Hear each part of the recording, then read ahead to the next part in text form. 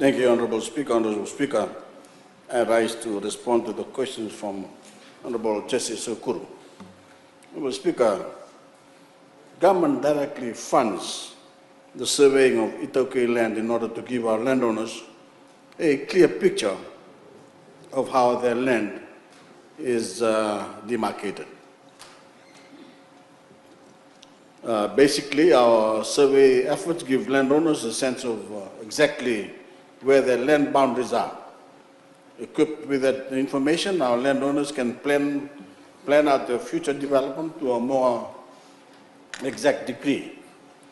There will be no questions of where you can build and where development must end, as future land disputes will be avoided entirely. Mr. Speaker, we have successfully surveyed just under 40% of all iTaukei land in Fiji. Just under 40%.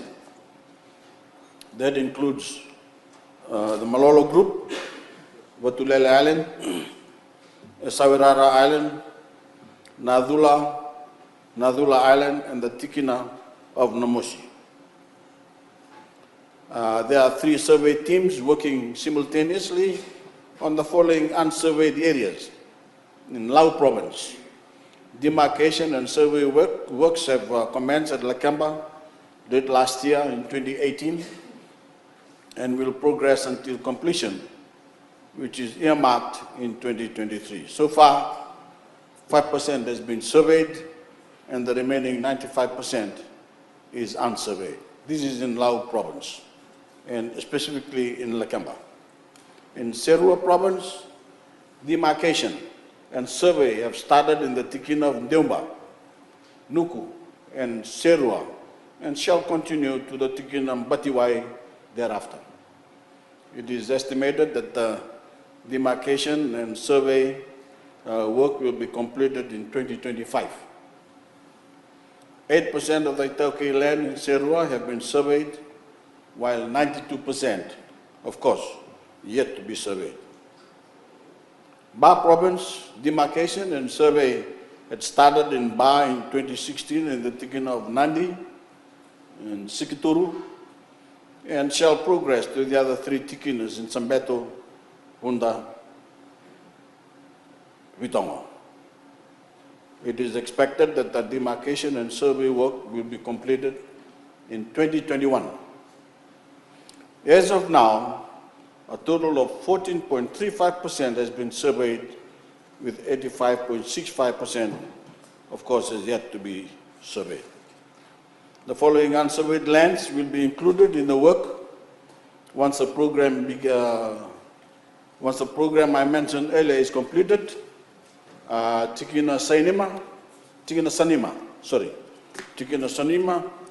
in Tabuki in Kandavu, Koro Island, Tikina of Komave in Nandronga, Tikina Dikombia in Maduata, and Tikina of Venunga in Namosi. Carrying out land surveying, Honourable Speaker, is an intensive effort. We've equipped our surveyors with the latest in surveying technology. Even still, the work often requires that survey teams demarcate land boundaries on foot, whether they're working in maritime regions or in deep rural pockets of the country. Our surveyors face serious geographical challenges.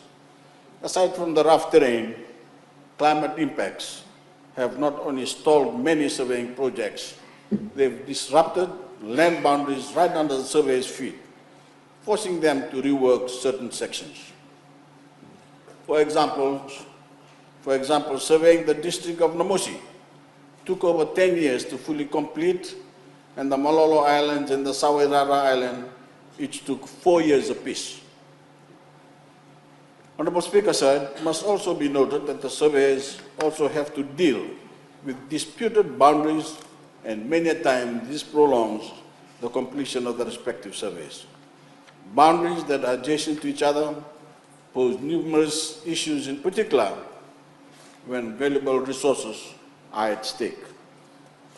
Our latest budget saw the sustained funding of 176,000 and 260,000 continue to our surveying and demarcation efforts, respectively. We currently have survey teams working in Lau, Serua, and Ba. Next, they'll be moving on to Kandavu, Koro, Nandronga, Maduatang, and Namosi, as I have mentioned. That entire effort, Honorable Speaker, will be years in the making, but we'll continue to ensure our surveyors are well equipped to carry out their work as accurately and efficiently as possible. Thank you, Honorable Speaker.